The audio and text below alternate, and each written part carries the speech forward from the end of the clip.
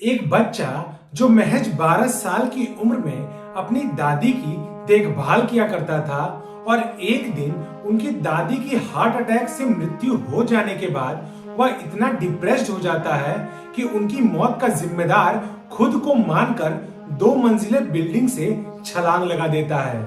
जी हाँ, ये शख्स कोई और नहीं बल्कि 15 जनवरी 1929 को अटलांटा जॉर्जिया में जन्मे मार्टिन लूथर किंग जूनियर थे।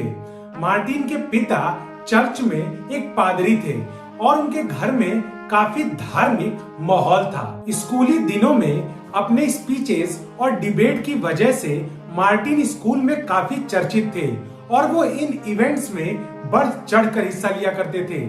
स्कूल की पढ़ाई पूरी करने के बाद उन्होंने मोर हाउस कॉलेज से सोशियोलॉजी में अपनी ग्रेजुएशन भी पूरी की। उस वक्त साउदर्न यूनाइटेड स्टेट में रेशियल सेग्रीगेशन चरम पर था और वहां पर एक नियम था कि बस में सफर करते वक्त ब्लैक पर्सन्स को व्हाइट पर्सन्स के लिए अपनी सीट छोड़नी पड़ती थी और ऐसा न करने पर उन पर पेनाल्टी लगा दिया जाता था।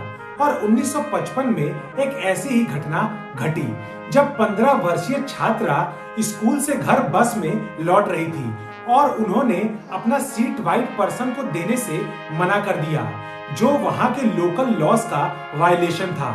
और ठीक 9 महीने बाद एक ऐसी घटना फिर से हुई जब रोजा पार्क नाम की युवती ऑफिस में दिन भर मेहनत करने के बाद शाम को बस से घर लौट रही थी और उन्होंने भी अपनी सीट देने से मना कर दिया, जिसके बाद उन पर पेनाल्टी लगा दी गई। मार्टिन उस वक्त अफ्रीकन अमेरिकन कम्युनिटी का हिस्सा थे और उन्होंने इस घटना के बाद बस सर्विसेज का बॉयकॉट करने का निर्णय लिया और उन्होंने पीसफुली इस बॉयकॉट को आगे बढ़ाया, जिसको कुचलने के भी काफी प्रयास किए गए। यहाँ तक कि मार्टिन पर जानलेवा हमला भी कराया गया, जिसमें मार्टिन बाल बाल बचे और लगभग 385 दिन तक पीसफुली इस बॉयकॉट के चलने के बाद आखिरकार सरकार को उनके सामने घुटने टेकने पड़े और उन्हें जीत हासिल हुई और इस लॉ को खत्म कर दिया गया, जिसके बाद बड़ा चेहरा बने मार्टिन को लोग ब्लैक पीपल का मसीहा मानने लगे और उनका उदय एक बड़े नेता के तौर पर हुआ। जनवरी 1957 में साउदर्न क्रिश्चियन लीडरशिप कॉन्फ्रेंस का गठन किया गया, जिसका मुख्य उद्देश्य राष्ट्रीय स्तर पर संगठन खड़ा करना था, जिसमें रेशियल सेग्रीगेशन के खिलाफ आवाज उठाई जा सके। और उन्होंने ब्लैक पीपल को वोटिंग राइट्स दिलाने के लिए सबसे पहले नॉन वायलेंस प्रोटेस्ट शुरू कर दिया। इस प्रोटेस्ट पर FBI ने कड़ी नजर बनाए रखी और उसे तोड़ने का हर संभव प्रयास किया।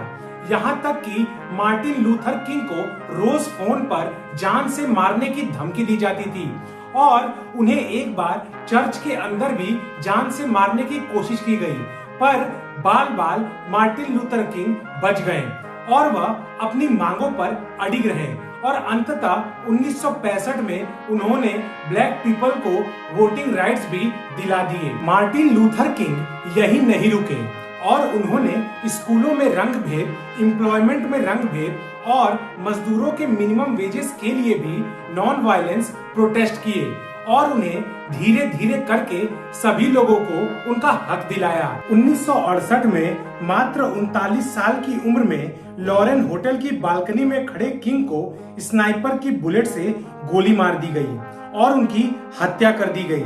पर मार्टिन लूथर किंग करोड़ों लोगों के लिए प्रेरणा का स्रोत हैं और उन्होंने अश्वेत लोगों के लिए अपना जी जान लगा दिया। 1964 में उन्हें नोबेल पीस प्राइज से भी सम्मानित किया गया।